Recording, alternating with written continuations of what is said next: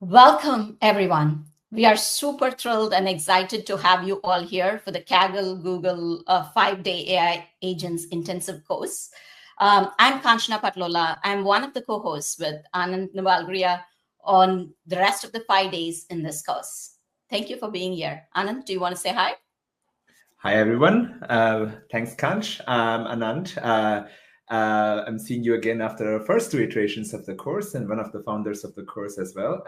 Welcome you here and looking forward to the rest of the live stream with you. Thank you. So we have seen great excitement over the last couple of days and all the platforms. So thank you, community, for your active participation and engagement. We truly are humbled and grateful. We have you as part of your learning journey. So thank you. On the in the YouTube live chat, we would love to see where in the world you are from. I would like to see where you're participating from. Oh, I see some names from India. It's too late for you, but thank you for joining. And I see some East Coast. Thank you. And I see some names from Discord, very familiar names. So thank you. Thank you for participating. I truly, truly appreciate it.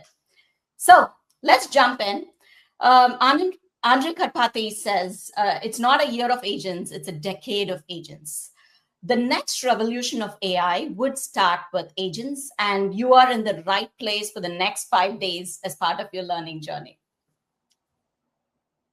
As you might have observed yesterday, throughout the week, you would learn through assignments. The assignments could be white papers, code labs, summary podcasts, which you all loved, and live Q&A similar to this. There is an optional capstone towards the end that you could test your agent building skills you have learned. If you have registered, you would get an email of the content. If you haven't, you could also see that in the Kaggle Learner content portal, and it would also be in the Discord announcements for you to be able to have a look at.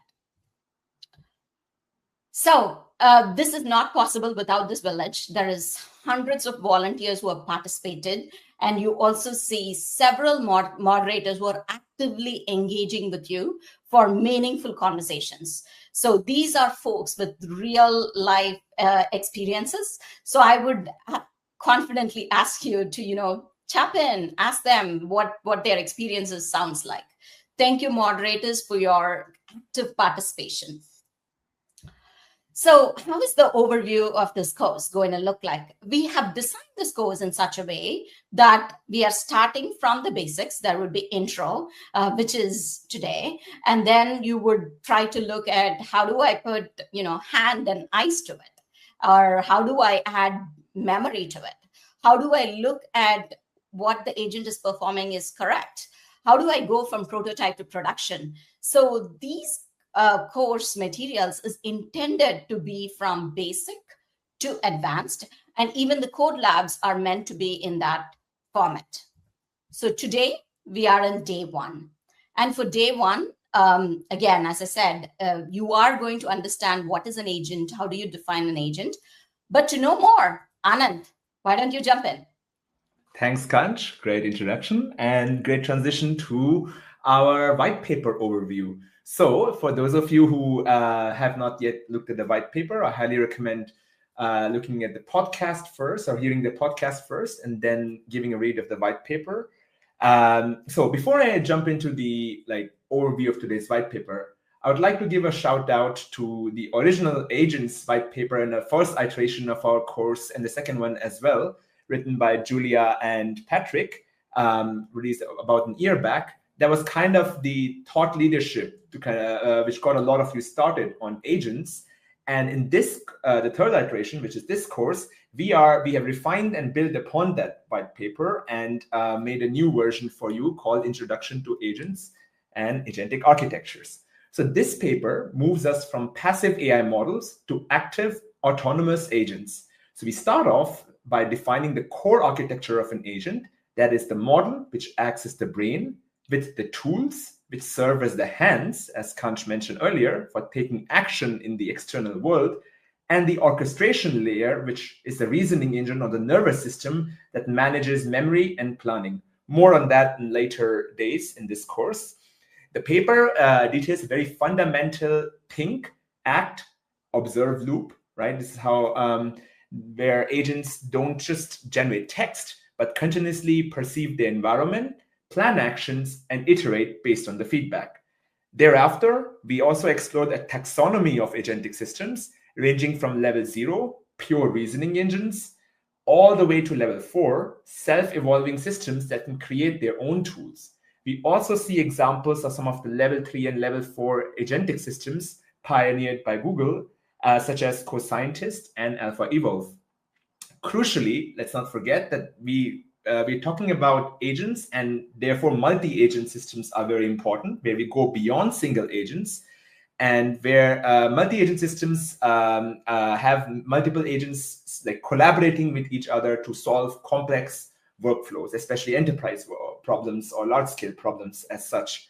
Finally, the paper introduced vital concepts for the future: interoperability, so how agents talk to humans, and how agents talk to each other via the A2A protocol, and even transact money. And then we also looked at security, for creating a new class of agent identity to ensure governance and trust in autonomous systems.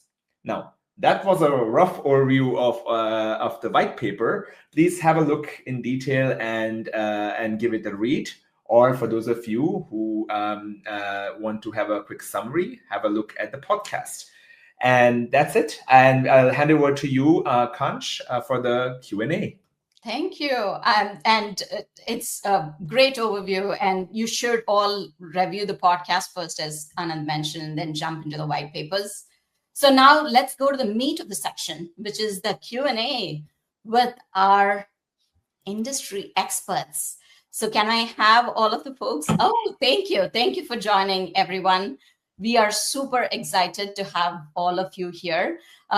These are industry experts who live and breathe AI agents every day. So thank you for, in your busy schedule, for taking the time. Let's jump in. Anand, why don't you start here?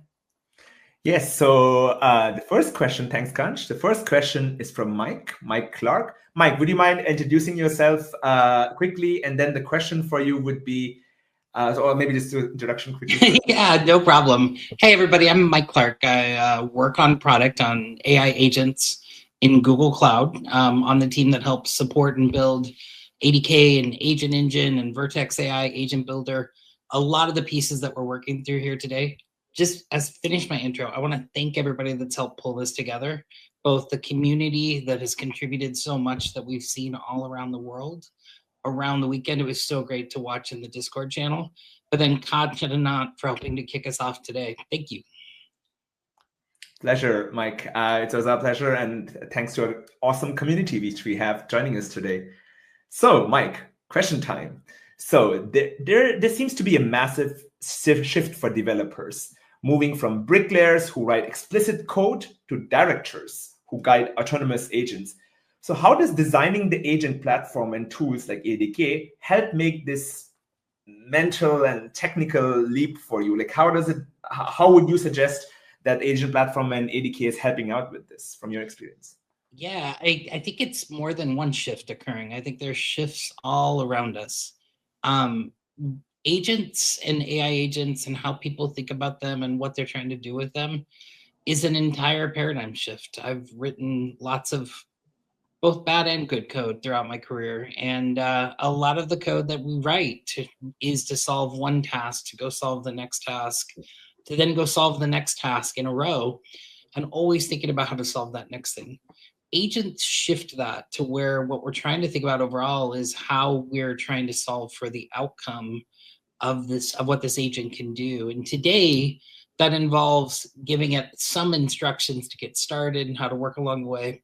As models get better, in some cases, just letting it go off and do these things autonomously, which is a word we see quite a bit, that it makes these probabilistic decisions, that it may not make the same decision every time in what it does, but what is it trying to get to in that outcome? I think for individual developers, it's the craft of being a developer for so many years had its own creative elements. It had its own art and how I wrote code and what our syntax and other things were. But the more and more we see this shift into coding agents and other kinds of things, it's less about the shape of my code and how it specifically functions or looks, and more about how is it actually solving for that outcome? How is it solving for what we're trying to do? Being able to evaluate that and really like measure the performance of the overall process. It also means that as developers, I have to help all these citizen developers and these folks that haven't written code before but now can be able to get their code working in the spaces that it needs to. So it's a really exciting time, but it's a lot of shifts to make some folks uncomfortable. But it's about embracing that and really like learning how to build the best agents and the safest agents in responsible ways. Great viewpoint, Mike. And for the folks listening, we'll be covering more on evaluation and other aspects that Mike mentioned in later days. So stay tuned. Amazing. Perfect. Thank you, Mike. All right. And next question. This one is for you, Michael and Antonio. Michael Gischenhaber and Antonio Gülli from the Google Cloud team. So the question for you would be, what is your long-term vision for how these self-improving agentic systems will fundamentally change typical enterprise workflows like compliance or research and development? So how do you see this happening, like not just 6 months from now, but let's say 3 years from now, 5 years from now? And would love to hear a short introduction as well for the community. Hi, everybody. My name is Michael Gischenhaber. I'm a VP of Product Management here at Google for the Vertex platform. That's our AI platform, all in. I love this question. I'm going to answer it in 3 ways, but I want to start with a little bit of history. When I started shipping models was about March of last year, and back then, very few models made it into production. Everybody was talking a little bit about whether it was the year of experimentation, the year of development, but nobody was really calling it the year of production yet. That was sort of forecast for 2025 or 2026. And what we found was that around June of that year, we did start to get to production. And how we got to production was in coding specifically, which I'm going to use as a metaphor here. With coding in June of last year, you could hit tab in your IDE and write about 5 minutes of code in about 70 milliseconds, interacting with the agent. By October of the same year, you could talk to your IDE. You could ask the agent to write whole functions, and you can interact with it to make those functions good, make them production ready, and ship them to your customers. In February is when Ethan Mollick, I think it was when Ethan Mollick coined the term vibe coding. This is where you could have an agent, you could sort of give it an idea of what you were trying to accomplish. You could assign it a Jira ticket, however that Jira ticket was written, a linear ticket, something like that, and you could fork it off into the cloud while you did other work. A lot of the time, this meant forking off several agents with several tasks. Sometimes it meant go to the bathroom or doing tests, but either way, those agents were running autonomously. And so what happened in that time was more significant than it looks. I mean, I know it looks significant, but a lot happened there. One is that new engineers were created. So on the far, call it right-hand side, you had GitHub, you had Cursor, you had companies building for 10x engineers, and that was making those 10x engineers into 100x engineers. These are professionals who work for a company that delivers software to support the business. But then you had companies like Replit and Lovable sort of far on the left side, where a lot of us who didn't write code for a living could write code in service of our business for the first time. And so it created this whole class of engineers. And I think I can credibly say that all of us really are engineers now. So one major way in which this is transforming the business is that I see every day, I see salespeople doing engineering work, building demos for their customers to show how their products are going to be work in bespoke ways for those customers. I see product managers doing statistical analysis that they couldn't do before because they can generate code. I see specs changing into prototypes, right? Again, it's going to change the way a lot of people do business just by giving access to production workloads to people who don't write Pythonic, idiomatic code, beautiful code that they can maintain in production. Then there are two other ways, right? On the mundane side, not mundane really, is individual productivity. This is one person doing research from themselves. Think of a seller who wants to fully understand one of their customers, right? They can use a deep research agent, they can use Gemini Enterprise, and they can really put a dossier together for that customer. And they can accelerate their time. And then finally, there's like process transformation, which I think probably until others are going to spend more time. But this is where somebody like Pfizer or Novo Nordisk can go from database lock after a clinical study to analysis of the data in that database to writing an abstract for the FDA, all autonomously, which means their clinicians can spend much more time on protocol development and drug discovery, filling the pipeline. And so this is more of a team exercise, right? Getting all the way from clinical study to the FDA instead of individual productivity. Awesome. Well, yeah, Michael, you summarized this very well. I think that everyone is astonished by the acceleration that we are seeing, and the fact that many things are now available to people that before were not able to do these things. So, I think agentic is helping in this way in a very clear way. Specifically on the question, I believe that self-improving agents are changing the way in which we operate. I'm in Google since 9 years at this point. My background is in search and AI. I work for Office of the CTO. I see that people are more and more thinking also in terms of designing patterns for agents. Like for self-improving agents, I think that there are a number of things that people are applying right now. Like for instance, guardrails. A way to prevent an agent to break rules and make wrong moves. A lot of attention on evaluation and metrics. We talk a bit more about this, but one thing that is really impressing me is that these agents are actually improving themselves. Like for instance, one design pattern that we applied a lot these days is agents are producing results, and then other agents are actually criticizing. So a pattern of critique for agents. Are actually acting as designated critics to evaluate the main agent on work. And this is one of the reasons why we basically see this acceleration, because these agents are acting as a team members for a group of people.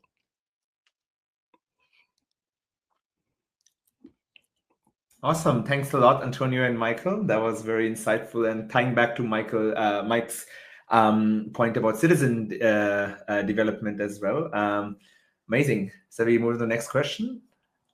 All right. The next question is for Michael, Mike, and Alan.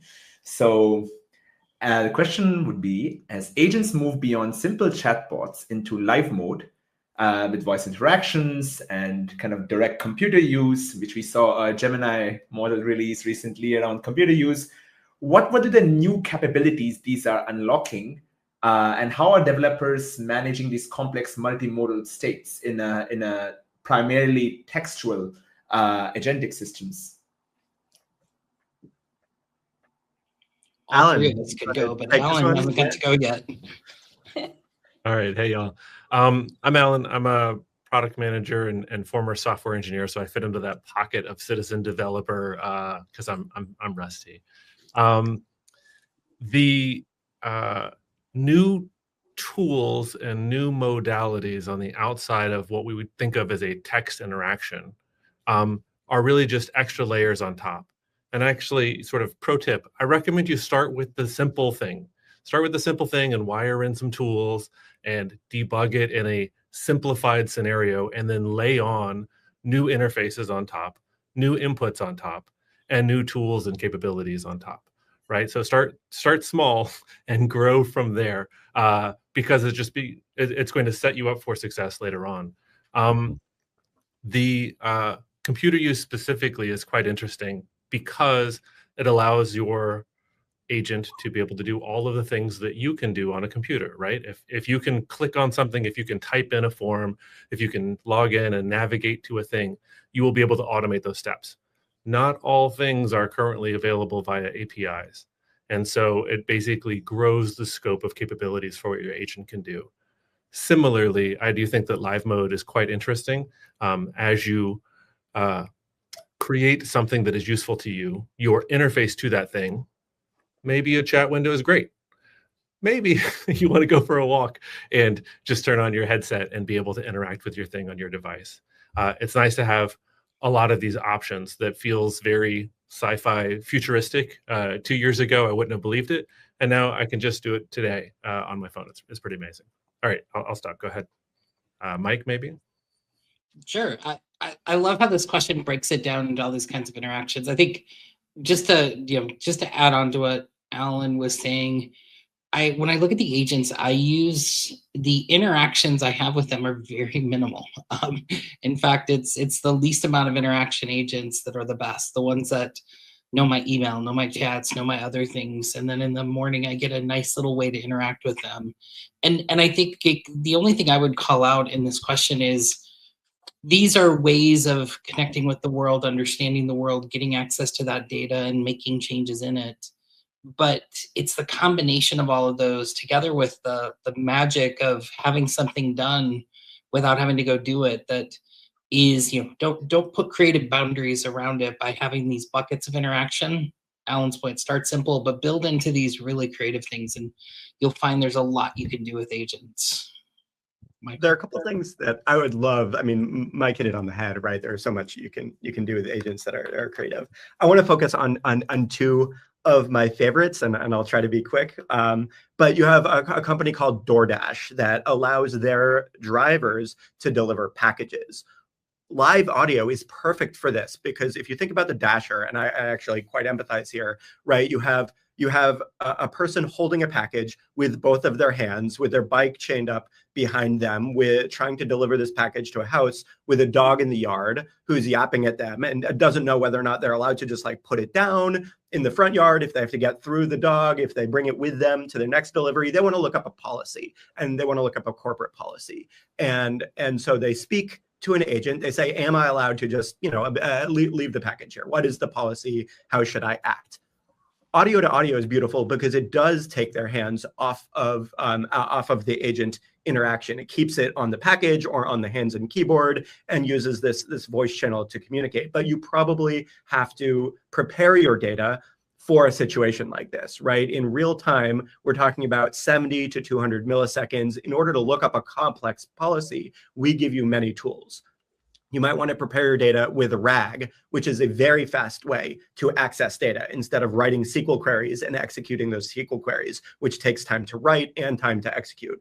Then there's a second one. We have a memory bank feature, right? Where you could, and I'm speculating a little bit, fork off a sub-agent, which is analyzing the behavior of the main agent in real time. That sub-agent might be saying, like, this is a common problem and could store synthetic data in the memory bank so that it can be retrieved quickly next time and new analysis doesn't have to be done. Then you can prompt cache it close to the accelerator and make it available. Everything you're doing using Vertex in this way is preparing data to be accessed very, very quickly for a live interaction. Again, to keep that delivery person's hands off of their phone instead of having to drop their package. There are a couple of other examples. Actually, I'm gonna prune myself here, but this is the kind of way you want to be able to think about these interactions, I think. Amazing. Yeah, certainly a lot being unlocked with multimodal agentic AI systems. And for those of you who are not aware with Vertex, that's Google Cloud's AI platform where you can try a lot of this. So, okay, awesome. Kanch, would you want to take over the community question? Yes, thank you. So thank you for, I'm walking through the real life examples, actually, to very simulated. So this question is from Nishad Muhammad for Mike, Clark, and Alan. What are the key design principles behind the Google's AI agent framework? Because the folks have learned ADK for the first time, I think, most of them. So can you just walk us through? I'll give a very high level answer, and Alan, I always know, loves to go into great detail. I think the first thing, you're going to learn about the whole platform, not just ADK, but all the pieces that tie it together. And interoperability is one of the most important things. I think we witnessed in the industry these silos of agents getting built, and they couldn't talk to each other, and it was hard to get tools connected. And so, one, they're open source. Two, they interop and connect with other kinds of agents. You're going to learn about protocols like A2A and how agents can talk between each other. Things like MCP and how tools interconnect. That is like one of the largest design principles that we put into building out this platform. Alan? Yeah. No, interoperability is certainly key. I will also call out on that spec, it works with LangChain components. It works with LangGraph sub-agents. It works with CrewAI agents, etc. Like those things are easy to bring in. It works with Python code or whatever other code you've written as functions. It works with MCP servers. It works with regular APIs that you've written with Open API spec. It works with enterprise wrappers around APIs for API governance. The whole spectrum's open. And the goal is for it to be relatively easy to interoperate without exposing any security risk. So that's probably the top concern. Let me give you sort of a peek under the cover to the design strategy. Design strategy is betting on the language model. So ADK is very intentionally betting that models are good and getting better at agentic capabilities, not trying to constrain the model and just sprinkle a little bit of AI on top of an otherwise deterministic workflow, but saying, let's maximize the utility and capability of this model and set the stage for growth in the future. One last thing, it is a Google, the best of Google all brought together into one bundle. So a better together platform, but fully open and extensible. So it's like we're trying to maintain both of those things. Like, let's make the most use out of Gemini. Let's make the most use out of Vertex. Let's make the most use out of all of our tools. We are building our own agents on top of this exact same platform and framework, but we don't want to lock you in, so you can bring other models, you can bring other platforms, you can bring other tools. So that's really the design principles in a nutshell. Yes, and I think one more design principle is from my side, which is how easy it is to use agents as an atomic unit. And yet you can go down and define all your custom agents. So it's very easy to get started, but you have all the control you need to go into the nitty-gritties. So thank you. I love that it's open, as you all pointed out, interoperable, open source, open for any language. I think for developers, that's what they're looking for. It needs to be much more accessible. So thank you for highlighting those. And Go now. Yay. Oh, yes, Java, Go, and Python, if I'm correct. Do you have any other plans, Alan? Anything you could share? Nothing that I can share. Okay, that's good. The next question is from Predictra for Antonio. What architecture enables AI agents to autonomously self-organize, that is, form, merge, or dissolve based on performance metrics, rather than static, predefined configurations? Well, I love this question, and I think a lot of research is going in this direction. So I heard a lot of people talking about design principles, design patterns. I'll tell you what is the status of the art today and where things are going. So two different things. One, today agents, and when I say agents, I actually mean a plurality of agents, multiple agents that are collaborating, normally have an access to tools and they have a prompt. And this prompt is written by humans. Now, agents are already improving their own prompts in an automatic way. What is happening is that as the agents are evolving, considering the time factor, if the agent understands that the prompt itself can be improved, that there is a way to do this. Google has tools for doing this, and these tools are already in GA. But that's an initial step. One thing that is happening at this point is the agents are evolving the topology of the agents themselves. So what is the meaning of this? Think about a team and a human team. And we normally have org charts, right? So there is a structure in the organization in which humans are operating. When you have a team, there are different roles, and these roles are well understood. Now, think about having an agent broker. So an agent, and the scope of this agent is to hire new agents, let some agents go, and sometimes merging agents. Essentially creating the perfect team setup or agent setup, coordinating these agents in such a way that they perform at the best. I recently wrote a book about this. This is called Agentic Design Pattern. There is an article from Google that I strongly recommend. It's called Multi-Agent Design. And basically what is happening is this paper talks about optimizing the prompts and then optimizing the way in which the agents are set up, the teams themselves. Like, let me give you a specific example. If over the evolution of the time, a team of agents, so a squad of agents, is actually detecting that something is missing, perhaps a new agent is added to the topology, to the team, and this new agent has a role, for instance, of a critique agent.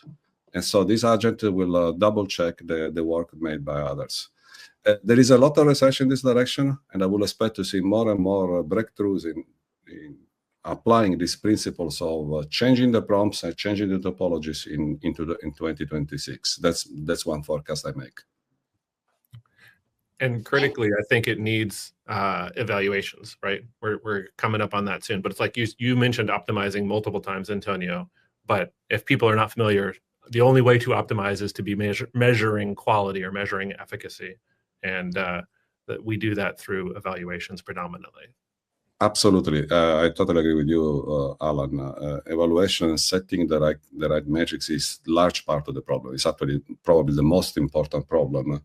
And I will add also evaluation that are kept and monitored over the time. So in such a way that when the agent is actually performing, it's not only important to have one snapshot today, but to observe how the agent or the team of agents are performing over time. And if there is some drift or something, new data that is appearing, and so how the agents are performing in these new scenarios.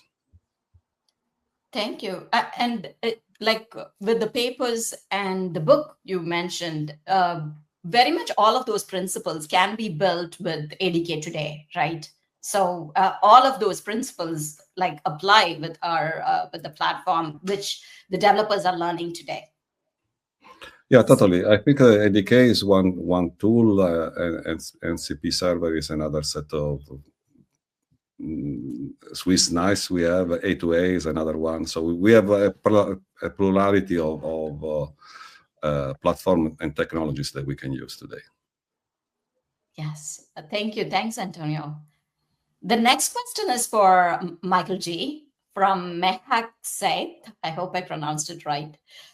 How can teams best ensure robust, secure integration of AI agents with existing enterprise infrastructure like databases, CRMs, and what pitfalls should they avoid during development?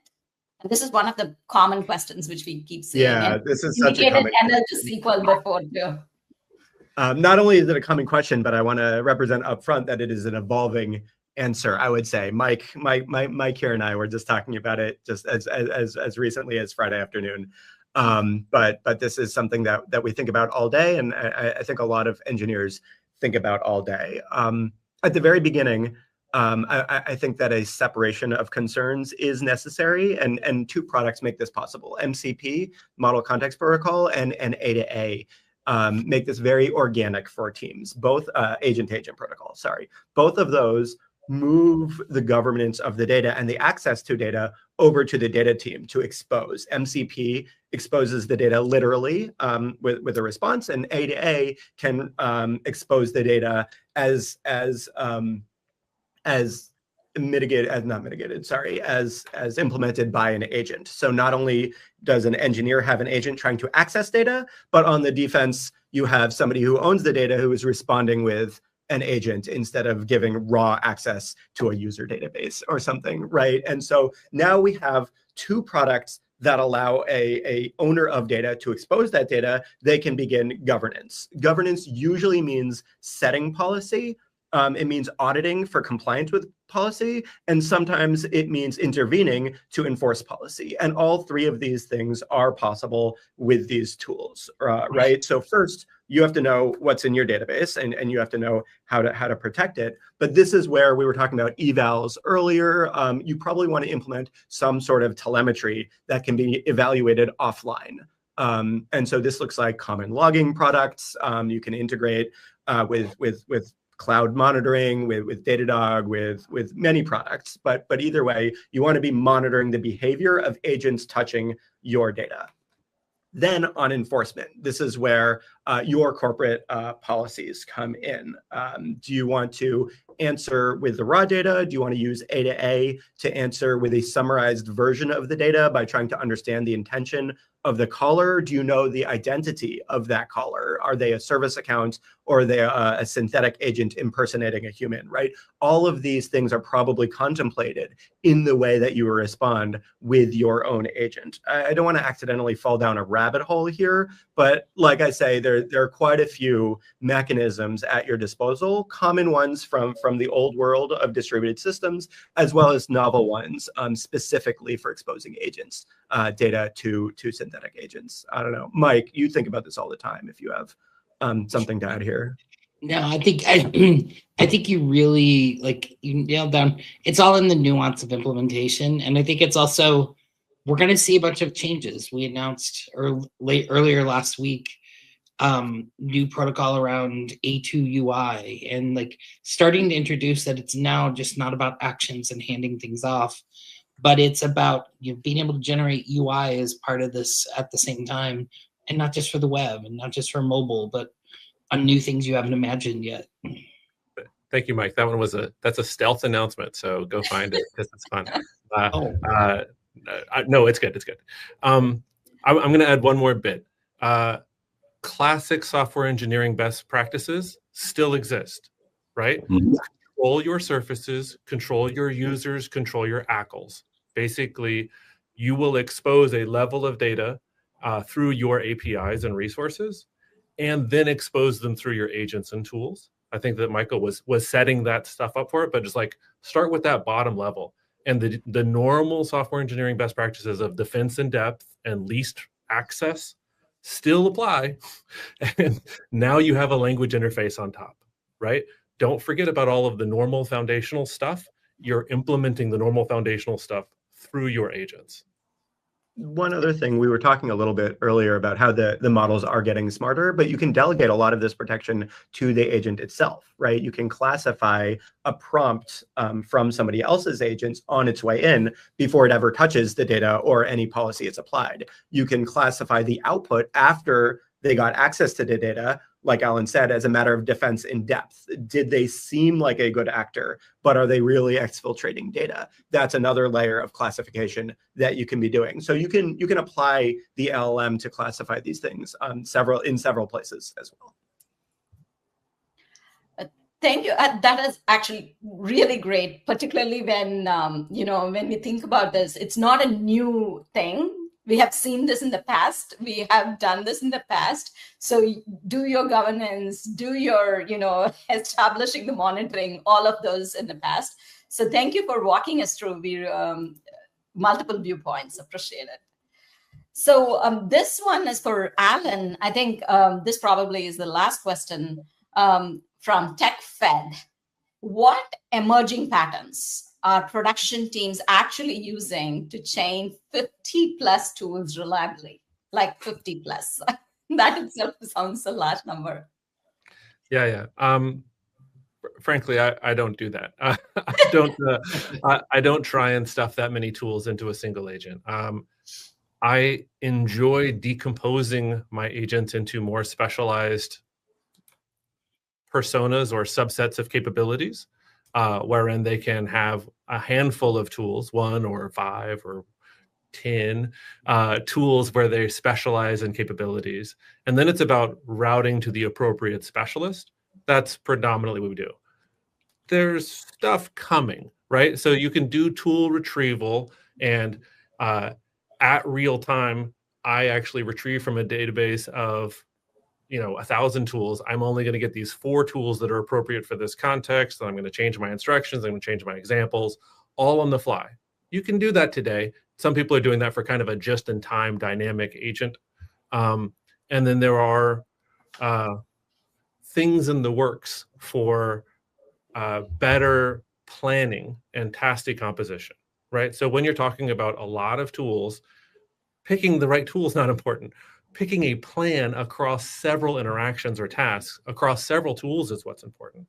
And because these are not predefined and pre-guaranteed, you might go 5 steps in, realize that it didn't work out, and have to come up with a new plan along the way.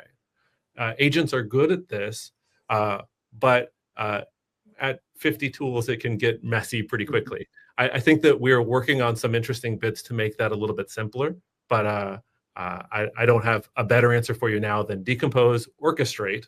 That will work today for sure. Dynamic just-in-time will also work, but it feels like a lot to maintain. And then we got more exciting things coming. I think there's some really simple ways of thinking about this, especially as all of you are jumping in for the next 5 days to learn about agents more in depth. A framework I use and that helps me is like when I'm using tool like MCP, I'm using that for a transactional element. But sometimes when I actually have a broader problem to solve, that's when I'll push things off to another agent, is using where it's about not just asking a question and getting a single answer, but it's going through a process to get to an answer that's more meaningful and took more work. You'll start to figure out these patterns. Getting to having an agent that needs 10 steps or 50 steps or 100 steps, what you'll find is as you get to more and more steps and you add more and more tools, it's like anything else. You add complexity, you add higher risk for things regressing and not getting to the answer that's as optimal as it could be. The other thing that happens is as you've got things to use free right now, but as you're building these systems at scale, if you take something that has 100 turns in order to get to an answer or 500 turns, that context ends up being shifted a lot back and forth through the model. And so finding ways to break out some of that work into other agents doing some of that in parallel, finding the right models that work for you means that it may cost less, it may happen faster, and you may get better results. And so these are the patterns that you're going to have to experiment. And frankly, that's a lot of the reason we wanted to make sure you had access to all these resources this week, so that you can, not just this week, but also onward, start to build out some of these different agents, try and solve more complex things. Start to, just like when working with LLMs, it's not just about the prompts. In fact, you'll find more and more it's about the context and the structure of that context that really determines the quality of the answer you're going to get to. Thank you. This was quite helpful, particularly having you all here with experience, with like real life experience, when you were able to share DoorDash story, or how do you chain 50 tools in one model, which I don't recommend. So thank you for sharing us part of the journey. Now we jump to the next exciting one with Code Labs overview. I know many of you have already started the Code Labs. We have been looking at, the reviews which keeps coming. It was fairly easy. There were 2 Code Labs which we were able to, look at. So on to the stage, Christopher Overholt and Hangfei Lin, please. Hello, everyone. Really nice to join you today. My name is Chris Overholt, and I'm a developer advocate at Google. And today, we're going to dig in this part of the session into coding and hands-on coding with the Code Labs. So we wanted to take some time to talk through the Code Labs and what to expect, and really what you're going to get at the end. So there's some really exciting stuff in day 1 here. Before we do that, I want to introduce Hangfei, Hangfei is an engineer that works on Agent Development Kit. And so we're going to hear a little bit of background and vision and things, context to set that up, since you will be using Agent Development Kit throughout this course. So I hand it to you, Hangfei, and then I'll come back with some code lab walkthroughs. Hello, everyone. Yeah, I'm Hangfei Lin, and I'm the co-founder and tech lead for Agent Development Kit, or ADK. So ADK is the framework you'll be using in the code lab this week. I'm really excited to have you all join us for what I believe is the biggest shift in the history of our industry, moving from building apps to building agents. So what's ADK? So here's the documentation page for ADK. ADK is an open source code-first toolkit. You will be using it in Python this week, but it's also available in Java and Go.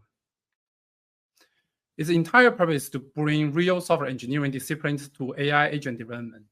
We are giving developers the primitive to build modular, testable, and version-controlled agents. When we design ADK, we ask ourselves, what defines an agent? We distill it down to a few core primitives that you'll master this week. First, the concept of an agent as a core worker. Second, tools. It's like the hands and the feet, allowing the agent to interact with the world, APIs, and the databases. Third, a runner to orchestrate the orchestration. But that's not enough, as you'll discover throughout the course in this week. Agents need sessions, states, artifacts to manage memory persistence through the lifecycle of agents, across users and across time. This state-of-the-art design is our core differentiator. It's what separates a toy chatbot from a production-ready agent that can handle complex and long-running tasks. So this is our GitHub page. Our design, grounded in real user needs, is why we have already hit over 14,000 GitHub stars and over many millions of downloads.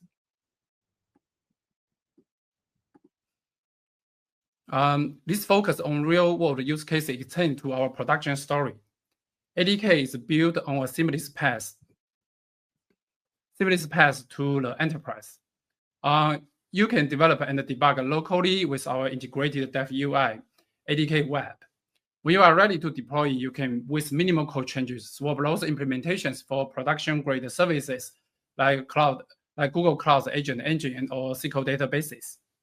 So we also support a ton of incredibly advanced features like ADK Live, right? In the previous Q&A, we have discussed about that for real-time bidirectional text, audio, and video streaming. We also support like rich multi-agent support, like through A2A, agent-to-agent protocol, which you will learn on day 5.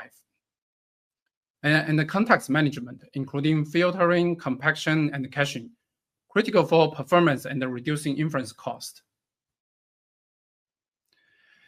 If I take a step back, our vision is to make ADK the de facto industry standard for agent authoring. That's why we are focused on becoming a universal and neutral standard, expanding beyond Python to Java and now Go. By learning ADK this week, you aren't just learning one tool. You are learning a framework we believe will power the future of production AI. We are committed to make this most reliable way for you to take agentic AI from prototype to global scale.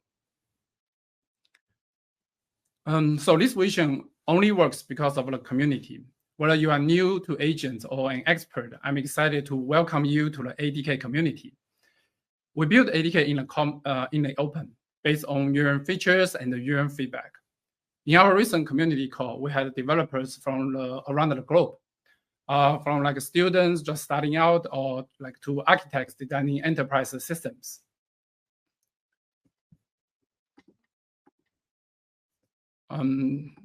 So we are always looking for contributors. So we have our contribution guide here. If you are interested in help out shipping ADK, check out the contribution guide. You can also engage with the community through our GitHub discussions. I will show here, and also our Reddit as well. As you go through the course this week, think about how you might want to get involved. Start a discussion on GitHub, write a blog post about what you built or learned, or even open a pull request to improve the core framework. So I can't wait to see what you will build with ADK. Now passing to Chris. Awesome. Thanks so much, Hangfei. I really appreciate the overview. And thank you and the team for everything you do for ADK users, developers. This is really exciting to be part of. So thank you for the deep dive there. So now what we're going to do today is I'm going to take a few minutes to walk through each of the 2 code labs that you will have received. So I'll share my screen and I'll kind of show where we're at, where we're going, and hopefully you'll walk away, whether you've done these exercises or you're just about to get started, with some exciting takeaways of, what is it should I get out of day 1 code labs. So on the course overview, past the setup instructions, you'll see the day 1 agenda and topic. And just below that, you'll see the today's assignments. And inside of there's a couple of different notebooks or code labs that are linked to. You can either read through these code labs, you can also copy and edit them. We have instructions on how to do that if this is your first time working with Kaggle notebooks or notebooks in general. Not a problem. We're here to support you along the way. So the first notebook that you're going to get into is called From Prompt to Action. So this is one of 2 notebooks for the day. Now, since it's the very first notebook, there is some setup instructions in the beginning of each notebook that talk about how to get started with Kaggle notebooks, how to set up your API key. So hopefully you've been able to do that. And once we get past that, so if this is your first time using Agent Development Kit, there's really 3 big takeaways that we want you to explore and interact with and be comfortable with for Notebook 1 that you'll use throughout the entire course.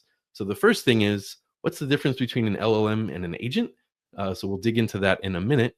The second one is, how do I actually build an agent? What can I do? So we build a very simple but powerful agent that you'll use that same pattern to keep adding on things as you go through the days.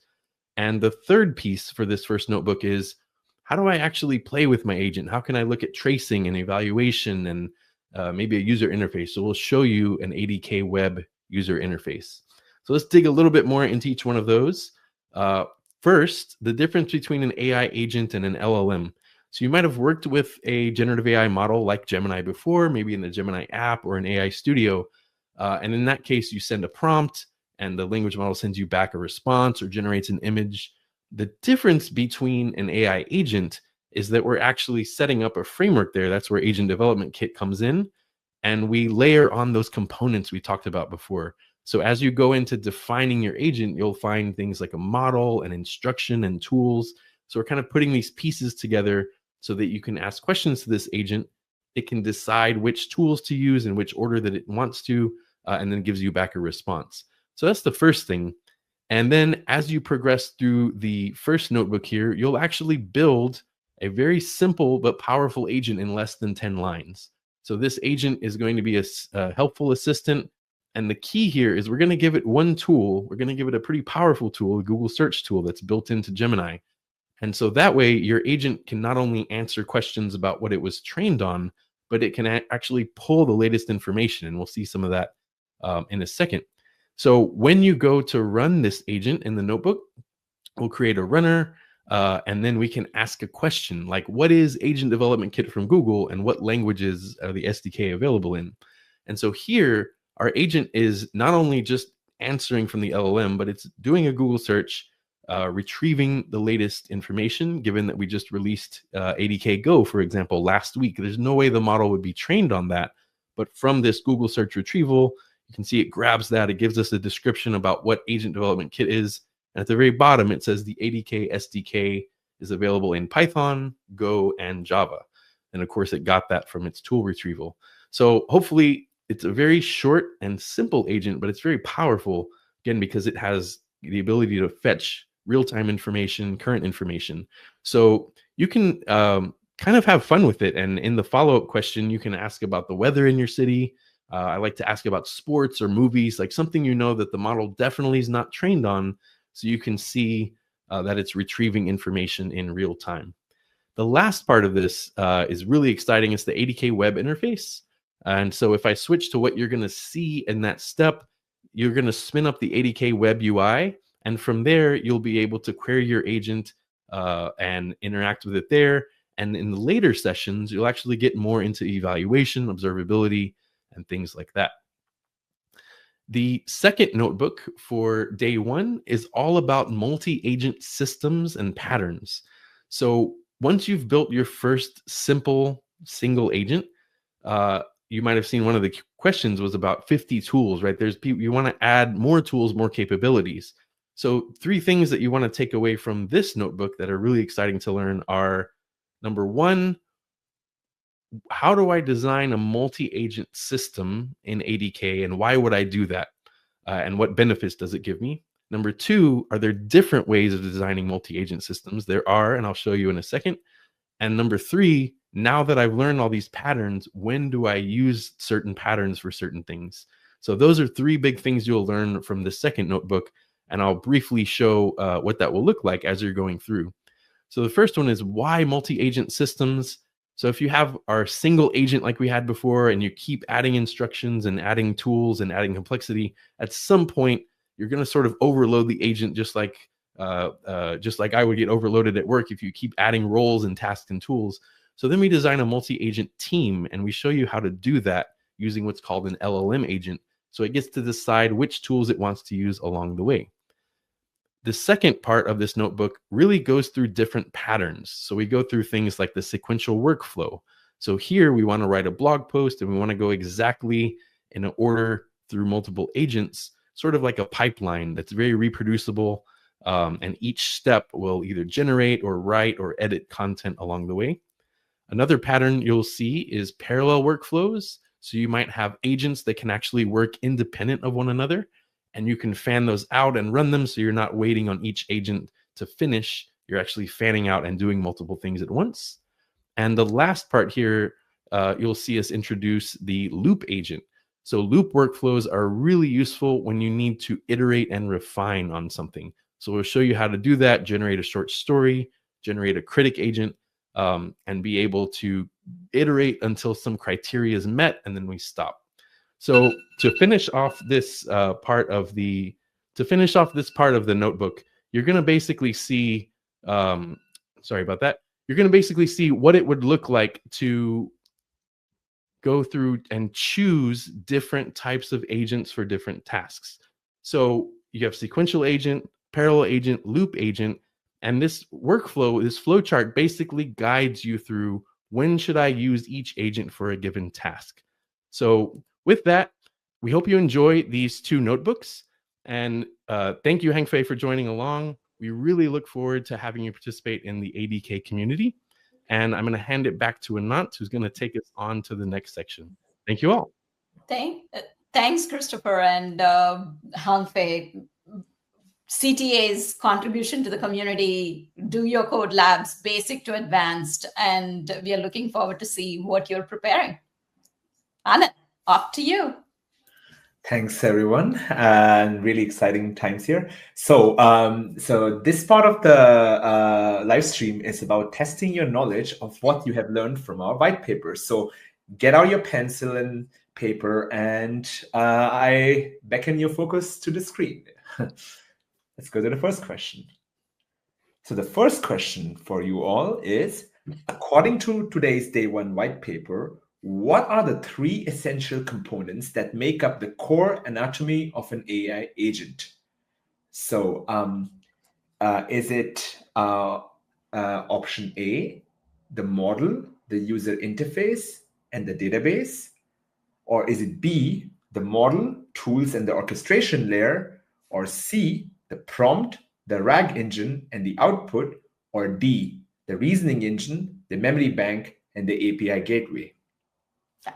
So which are 3 essential components? Answers in the live chat already. Yeah. Should we give an answer? Yes, so let's count on a count of 3. It's B. Oh, okay. Sorry. I'll be careful the next time around. All right, so next question then. Hopefully some of you got that right.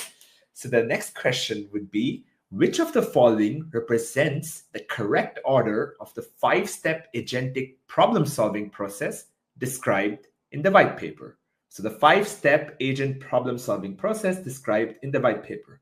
Your options are A, think it through, take action, get the mission, scan the scene, and observe and iterate. Or you get the mission first, then think, then scan, then take an action, then observe and iterate. Or C, where you get the mission, scan the scene, think it through, then take an action, and then you observe and iterate. Or D, scan, get the mission, think, observe, and take an action. So And then I read the white paper 50 times, but I don't think I can get it. Let's see what happens in the live chat. yes, so let's see how many of you get this one right. So on a count of 3, I'll present the answer. 3, 2, 1, Kanch. The answer is C. See how many of you got that one correctly? Wow, I see some answers. Good job.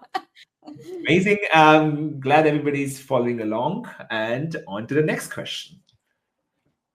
In the taxonomy of agentic systems, what capability distinguishes a level 2 strategic problem-solving agent from a level 1 pure reasoning engine agent? So level 2 from level 1. Think back to your thinking caps, and all your options are A, it can use external tools. So the level 2 can use external tools like Google Search, or that level 2 agents can collaborate with other agents in a team. Or is it that they can dynamically create new tools on the fly? Or is it that they use context engineering to plan complex multi-part goals? Think back, and few answers. Yeah. I see it. I see the answer. Yeah. Yes, great work, everyone. On a count of 3, Kanch, would you show the answer? 3, 2, 1, and it's D. Yes. So, for example, creating dynamically new tools on the fly is something more towards level 4. That's the option C. So, and D is the level 2 strategic problem solver agent. All right, moving on to the next question. So what is the primary role of the orchestration layer in an agent's architecture? So the orchestration layer, what role does it play when you build an agent? The options are A, it acts as the conductor. It manages the think, act, observe loop and the state. Or B, it serves as the brain, providing the core reasoning capabilities. Or does it act as the hands, which is option C? Or D, it functions as the memory which stores long-term preferences. So on a count of 3. It's in the first 5-10 pages. Look. Yeah, it's very early. Yeah, so that's definitely. So on the count of 3, 2, 1, and the answer is A. So that's the core architecture of core component of an agent, which makes an agent an agent. So yeah, moving on. The last question for today is, what defines a level 4 self-evolving system agent? And your options are A, it can execute tasks without human supervision. B, it can evolve its own capabilities and create new tools. C, it utilizes a team of specialized agents to complete its job. D, it uses multimodal model to process images and audio natively. So what defines a level 4 agent? On a count of 3, 2, 1, the answer is B. It relates to the question we had earlier as well. So hopefully a lot of you got this right, and I see that you do. Great. Thank you, everyone, for being there with us. And that concludes our live stream. Thank you. Thank you, everyone. We look forward to seeing you tomorrow. You would have assignments published shortly, and the MCP was all over today Q&A. So it's a nice segue to tomorrow's session. See you all tomorrow. Looking forward to having you back. Thank you. Same time, same channel, everyone. See you. Yes. Bye-bye. See ya.